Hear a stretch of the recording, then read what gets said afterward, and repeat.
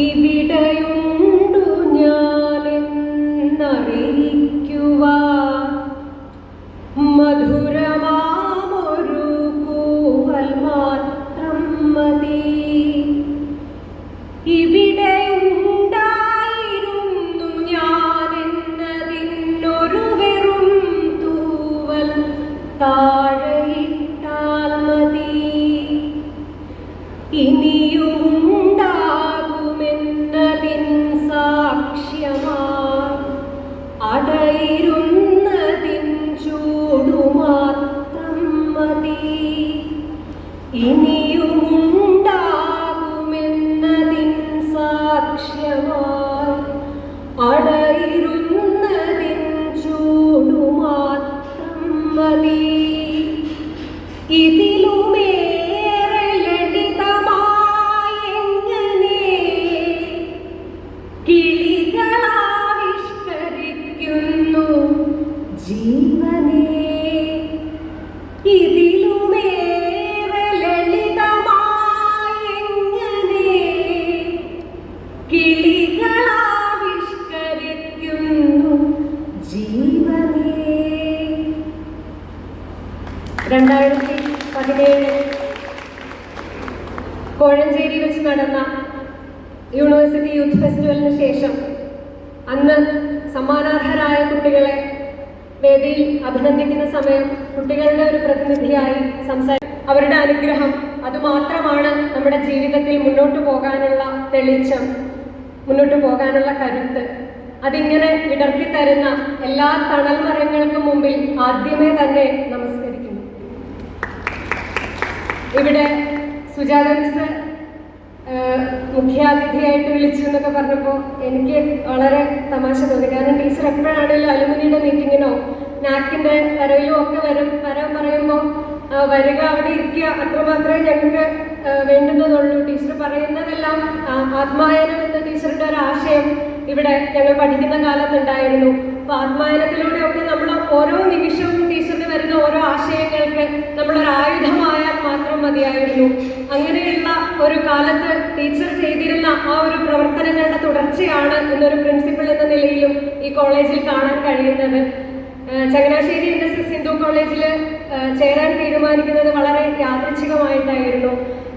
ആ സമയം അച്ഛനും അമ്മയും ഒക്കെ പലപ്പോഴും അവസാന നിമിഷമായപ്പോൾ കോളേജ് ഒന്ന് മാറണോ എന്നൊരു ചെറിയ സംശയം അവർക്ക് തോന്നുകയുണ്ടായി. ഞാനിവിടെ ആദ്യം ടെമ്പററി അലോട്ട്മെന്റ് ആണ് എടുക്കുന്നത്. അപ്പോൾ എന്നെ കോട്ടയം തൊട്ട് ചങ്ങനാശ്ശേരി വരെ, എൻ്റെ വീട് പാല എടനാട്ടിലാണ്, കോട്ടയം തൊട്ട് ചങ്ങനാശ്ശേരി വരെ എന്നെ വഴക്ക് പറഞ്ഞുകൊണ്ടാണ് ഇങ്ങോട്ട് വരുന്നത്. അലോട്ട്മെന്റ് വെക്കുന്ന സമയത്ത് പ്രത്യേകിച്ച് ഒരാലോചന നടക്കില്ല, മനസ്സിൽ തോന്നുന്ന ഇൻഡ്യൂഷൻ അനുസരിച്ച് ഓരോരുത്തടുത്ത് വെക്കും. ഇൻഡ്യൂഷൻ തെറ്റുമെന്ന് ഒരു ഉറപ്പില്ല, തെരഞ്ഞെടുക്കുന്ന തീരുമാനങ്ങൾ എന്നൊക്കെ പറഞ്ഞ് നല്ല വഴക്ക് കിട്ടിക്കൊണ്ടിരിക്കുകയാണ്. ഇന്ന് ശൈലികൾ മാറ്റാവുന്ന പിണറായി വിജയന്റെ പടം ഇരിക്കുന്ന അതേ പോസ്റ്ററിന്റെ അവിടെ ഒരു കുട്ടി ദേഷ്യപ്പെടുന്ന ഒരു ചിത്രമാണ് ഇരിക്കുന്നത്. അന്ന് 18ാം വയസ്സിൽ നിങ്ങളുടെ മകളുടെ ദേഷ്യം കാണാൻ ഇത്ര ഭംഗി തോന്നില്ല എന്നായിരുന്നു അതിലെ ആർട്ട് ലൈൻ. അപ്പോൾ വളരെ തമാശയായിട്ട് അച്ഛനോട് ആ വാചകം പറഞ്ഞിട്ടാണ് ഈ കോളേജിലേക്ക് ഇറങ്ങുന്നത്. അങ്ങനെ ഈ കോളേജിൽ നമ്മുടേതായ തീരുമാനങ്ങൾ, നമ്മുടേതായ തെരഞ്ഞെടുപ്പുകൾ തെറ്റാണോ ശരിയാണോ എന്നറിയാതെ ഏതോ ഒരു വിധിയുടെ തുടർച്ച പോലെ അത് ടെമ്പററി അലോട്ട്മെന്റ് വേണ്ട, എനിക്ക് ഇവിടെ തന്നെ മതി അലോട്ട്മെന്റ് എന്ന് പറയാനുള്ള ആ നിമിഷം ഇവിടെ വന്നതിന് ശേഷം ആ ഒരു പോസിറ്റിവിറ്റി തന്നിരുന്നു. ഇവിടുത്തെ പ്രാർത്ഥനയിൽ കേൾക്കുന്ന പോലെ എവിടെ വിജ്ഞാനം പൂർണ്ണ സ്വതന്ത്രമായി എന്നുള്ള ആ ഒരു വാക്ക്, ആ സ്വാതന്ത്ര്യം കലികയിലും കലയാണുള്ളത്. വേണമെങ്കിൽ പൂമൊട്ട് എന്ന് പേരിട്ടാൽ മതി. കലിക എന്ന വാക്കിന്റെ അർത്ഥം എല്ലാവർക്കും അറിയില്ലേ? ഡിഗ്രി PG വിദ്യാർത്ഥിനികളോട് ചോദിക്കേണ്ട ആവശ്യമില്ല. കലിക എന്ന വാക്കിന്റെ അർത്ഥം എന്താണ്? ഇന്ന് എന്നോട് അച്ഛൻ പറഞ്ഞു, സാധാരണയായിട്ട് നീ സ്കൂളിൽ പോയി ചോദിക്കുന്നത് പോലെ ഈ പിള്ളേരോട് ചോദിക്കരുത്, അവരൊന്നും പറയില്ല എന്ന്. അതുകൊണ്ട് എൻ്റെ അച്ഛൻ്റെ അടുത്തുള്ള എൻ്റെ ബെറ്റ് പ്രമാണിച്ചെങ്കിലും നിങ്ങളെല്ലാം ഒന്ന് പറയുമോ? കലികയുടെ അർത്ഥം എന്താണ്? പൂമൊട്ട്. എന്താണ് കലികയുടെ അർത്ഥം? എന്താണ്? ചെറുതായിട്ടൊരു അനക്കമൊക്കെ കേട്ട് തുടങ്ങിയിട്ടുണ്ട്. എന്നാലും അച്ഛനാണ് ഇപ്പം മുമ്പിൽ നിൽക്കുന്നത്, അച്ഛൻ്റെ ബെറ്റാണ് മുമ്പിൽ നിൽക്കുന്നത്. അവസാനം വരെ നമുക്ക് നോക്കാം. സാധാരണയായിട്ട് ആർട്ട് ഫെസ്റ്റിന് സിനിമാ താരങ്ങളും ഒക്കെയാണ് അതിഥികളായി എത്തുമെന്ന് നിങ്ങൾ പ്രതീക്ഷിക്കുന്നത്. അപ്പൊ പ്രസംഗപീഠത്തിന്റെ മുകളിൽ ഒരു തല അനങ്ങുന്നത് മാത്രം കാണുമ്പോൾ നിങ്ങൾക്ക് നിരാശ ഉണ്ടാവുമെന്ന് എനിക്ക് പ്രതീക്ഷിക്കാം. നിങ്ങൾക്ക് ഒരുറപ്പ് ഞാൻ തരുന്നു, എന്തൊക്കെ സംസാരിച്ചാലും ഞാൻ ബോറടിപ്പിക്കില്ല നിങ്ങളെ. ആ ഒരു ഉറപ്പോടെ നിങ്ങൾക്ക് ഇവിടെ ഇരിക്കാം. പൂമരം എന്ന സിനിമ നിങ്ങൾ എല്ലാവരും കണ്ടിട്ടുണ്ടാവും. വളരെ വിദഗ്ധമായിട്ട് ഒരുപാട് ആശയങ്ങളെ ഒരുമിച്ച് കോർത്തെടുത്തിട്ടുള്ള ഒരു സിനിമയാണ്. നമ്മുടെ NG യൂണിവേഴ്സിറ്റി യൂത്ത് ഫെസ്റ്റിവൽ പല രീതിയിൽ കടന്നു പോകുന്ന ഒരു സിനിമയാണ് പൂമരം എന്ന സിനിമ. പൂമരം എന്ന സിനിമയിൽ ഉൾക്കാഴ്ചയെ പറ്റിയും കാഴ്ചയെ പറ്റിയും സമാധാനത്തെ പറ്റിയും കലഹത്തെ പറ്റിയും മൗനത്തിന്റെ ശക്തിയെ പറ്റിയും ഒക്കെ വളരെ പ്രസക്തമായി അവിടുത്തെ കോളേജ് ചെയർമാൻ മത്സരിക്കുന്നത് പ്രസംഗ മത്സരത്തിനല്ല, കവിതാരചനയ്ക്കാണ്. അദ്ദേഹം എഴുതുന്ന കവിതയാണ് പ്രസിദ്ധമായ സോങ് ആയിട്ട് മാറുന്നത് പിന്നീട്. അപ്പം ഈ ഒരു സിനിമയിൽ ഞാനിത് കാണുന്ന സമയത്ത് മൈം എന്ന കലാപരിപാടിക്ക്, നിങ്ങൾ ആ സിനിമ കണ്ടിട്ടില്ലേ? പൂമരം സിനിമ കണ്ടിട്ടില്ലേ? അപ്പം ചെറുതായിട്ട് ഞാൻ ജയിക്കുന്നുണ്ട് കേട്ടോ.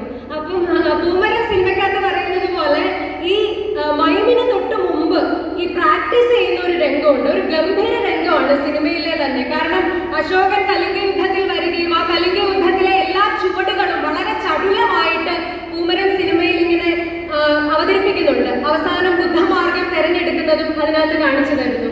അപ്പൊ ഒരിക്കലും കലോത്സവങ്ങളിൽ നടക്കേണ്ടത് കലഹങ്ങളല്ല, കലികകളാണ്. ഒരു ചെറിയ പൂമൊട്ടിന്റെ വിടരലാണ് അവിടെ സംഭവിക്കേണ്ടത്. അവിടെ കലഹങ്ങളും ബഹളങ്ങളുമല്ല സംഭവിക്കേണ്ടത്.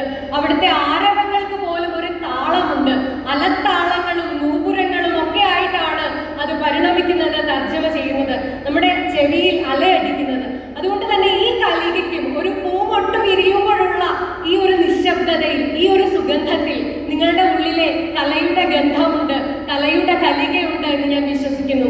ആ കലയുടെ കലിക വിടർത്താൻ നിങ്ങൾ എല്ലാ കുഞ്ഞുങ്ങൾക്കും കഴിയട്ടെ എന്ന് ആദ്യമേ തന്നെ ആശംസിക്കുന്നു.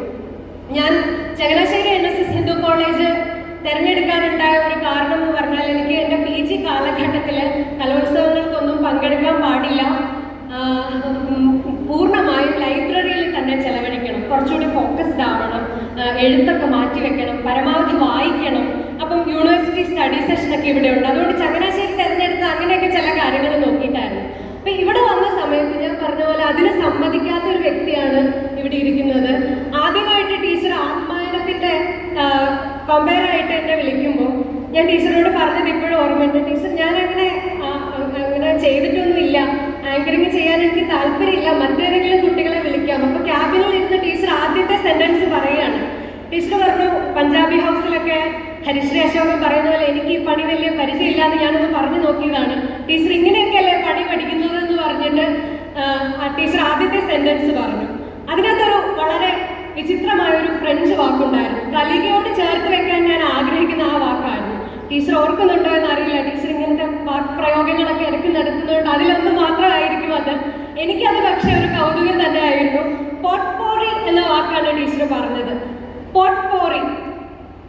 ഓക്കെ, അപ്പൊ ഇതെന്താന്ന് വെച്ചാല് ആദ്യം തന്നെ ഞാനത് കേട്ടപ്പോ MA ഇംഗ്ലീഷ് ഒക്കെ എടുത്ത് പോയിരിക്കുകയാണ്. ആദ്യം തന്നെ ഇങ്ങനെ ഒരു വാക്ക് കേട്ടപ്പോ ഈശ്വര ഇതിന്റെ സ്പെല്ലിംഗ് എന്തായിരിക്കും എന്ന് പറഞ്ഞ് ഊഹിച്ചൊരു എഴുത്തായിരുന്നു എഴുതിയത്. ടീച്ചർ അപ്പം തന്നെ ചോദിച്ചു, ആ വാക്കിന്റെ അർത്ഥം അറിയുമോ എന്ന് ചോദിച്ചു. ഇല്ല എന്ന് പറഞ്ഞു.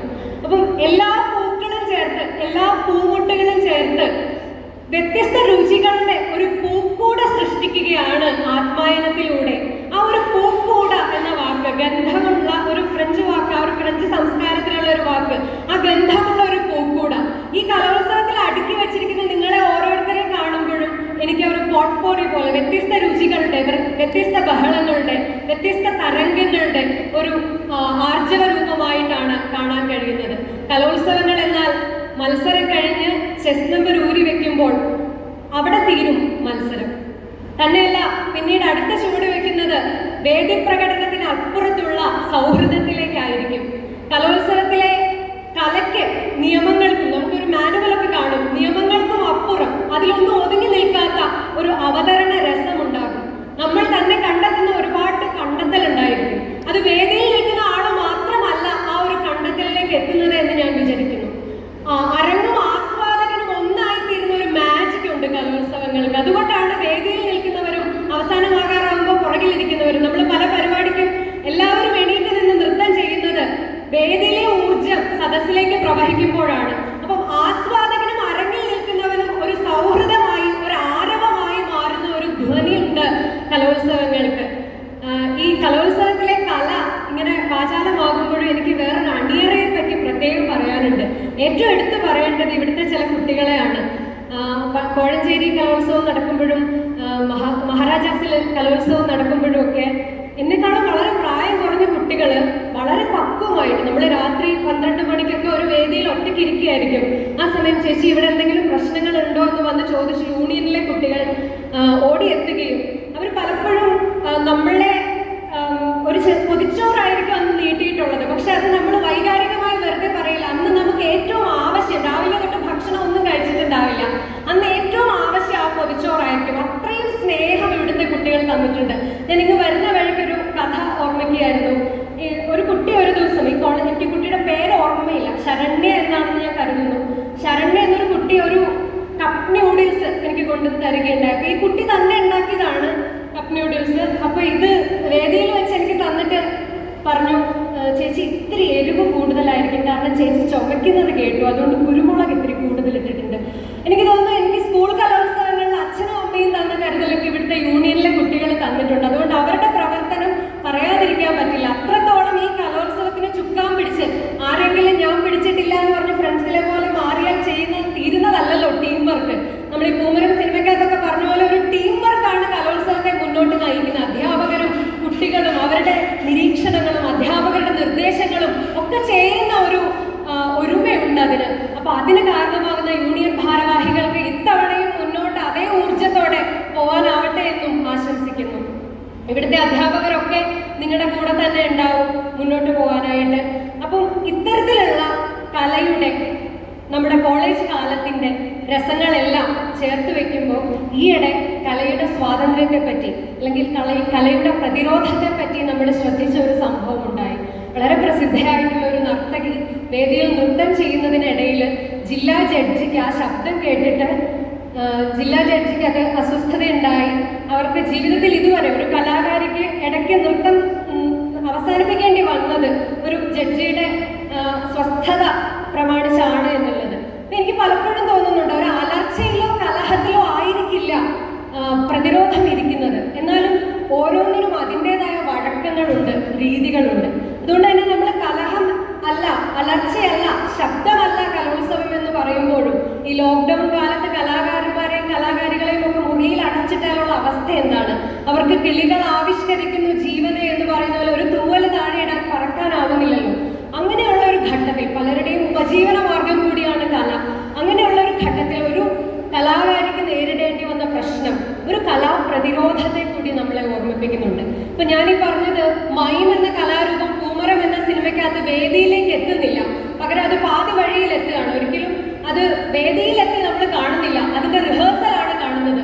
പലപ്പോഴും പല കലാപരിപാടികൾക്കും അത് തന്നെയാണ് സംഭവിക്കുന്നത്. പ്രാക്ടീസിൽ സംഭവിക്കുന്നത് മുഴുവൻ വേദിയിലേക്ക് എത്താൻ കഴിയണമെന്നില്ല. അവതരണത്തിന്റെ ഒരു പരിമിതിയും സാധ്യതയും അവിടെയാണ്.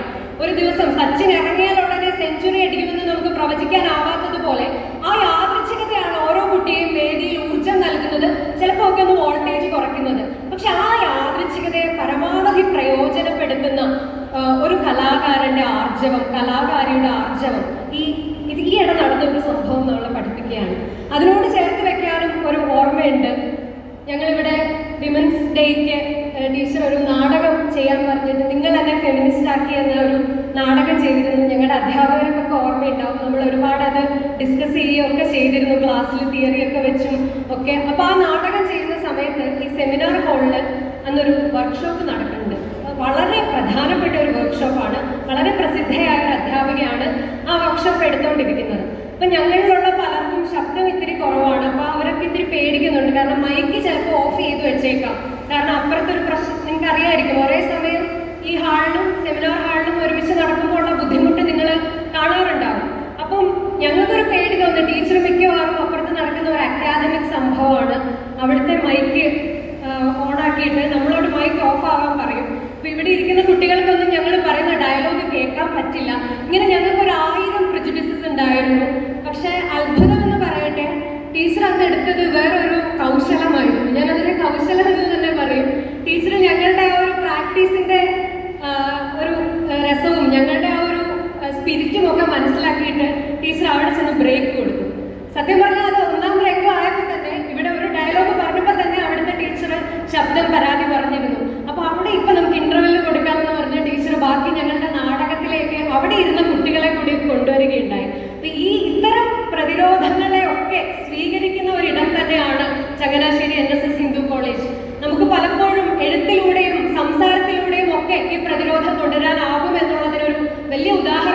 കൊഞ്ചൻ നമ്പ്യാർ. നിങ്ങൾ കേട്ടിട്ടില്ലേ? അല്ലേ പയ്യെ നിനക്കും പക്കത്താണോ ഊണ് എന്നൊരു ചോദ്യം. പത്രം വിസ്തൃതമത്ര തുമ്പമലർ തോട്ടോടിയിടിനോർ അന്നവും എന്നുള്ളൊരു വരി. അതിലൂടെ നിങ്ങൾ എഴുതുന്ന, പ്രത്യേകിച്ച് നമ്മുടെ ചങ്ങനാശ്ശേരിയിലെ കുട്ടികൾ എഴുത്തിലാണ് മുന്നോട്ട് നിൽക്കുന്നത് എന്നുള്ളതിന് ഉദാഹരണമായി നമ്മുടെ അച്ചീവ്മെന്റുകൾ ഒരുപാടുണ്ട്.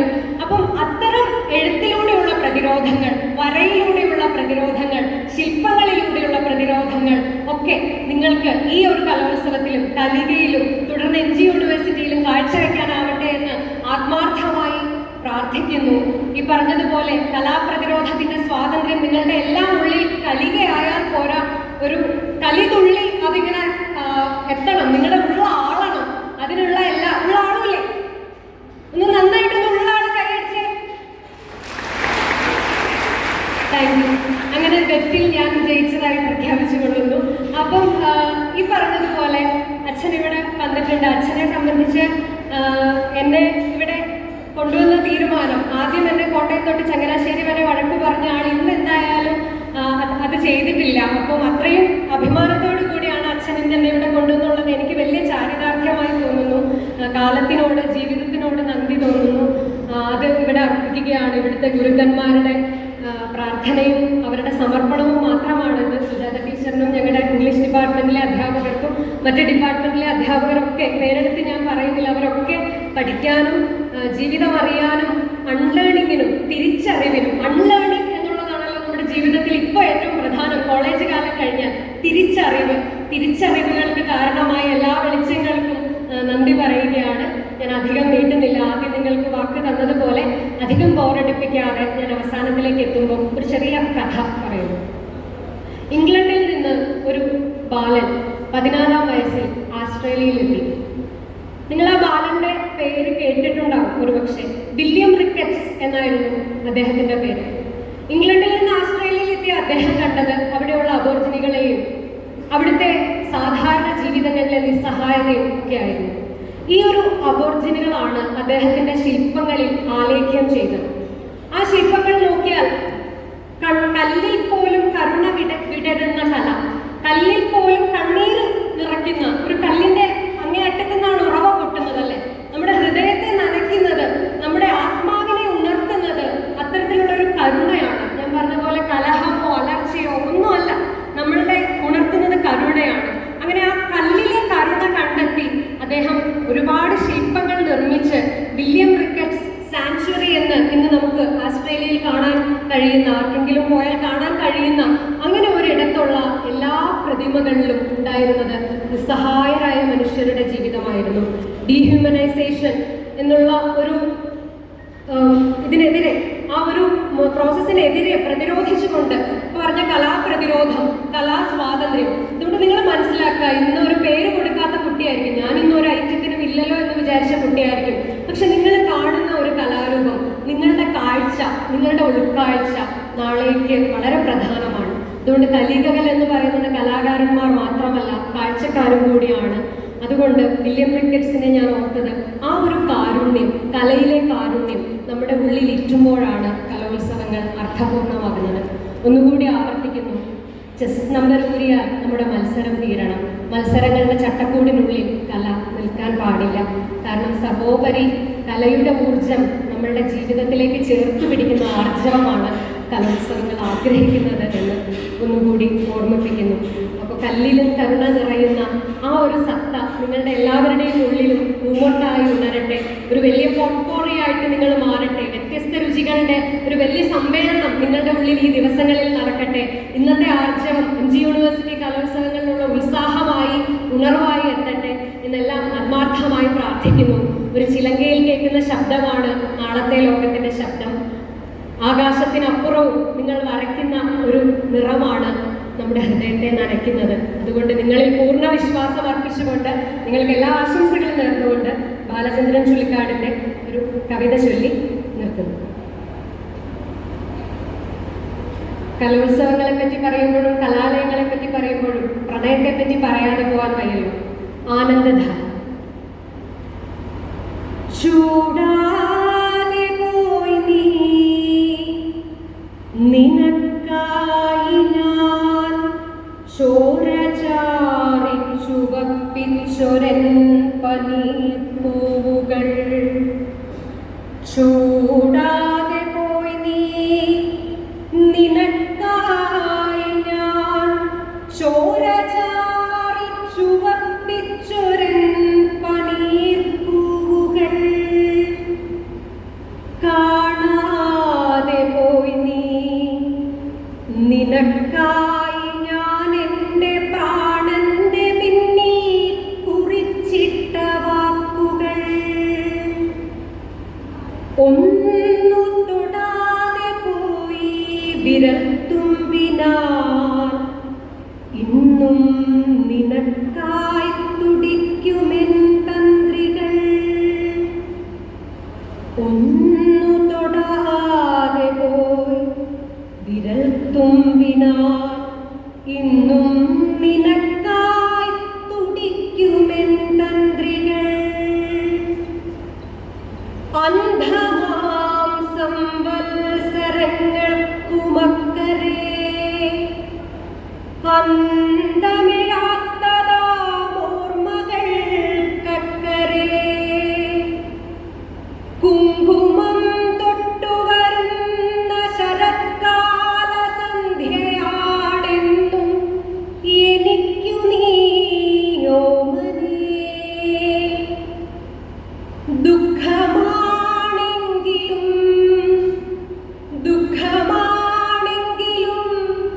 നിന്നെക്കുറിച്ചുള്ള ദുഃഖമെന്താനന്ദമാണെനിക്കോമനേ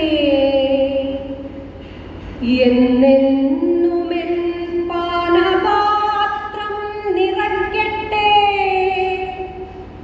നിന്ന സാന്നിധ്യം പകരുന്ന വേദന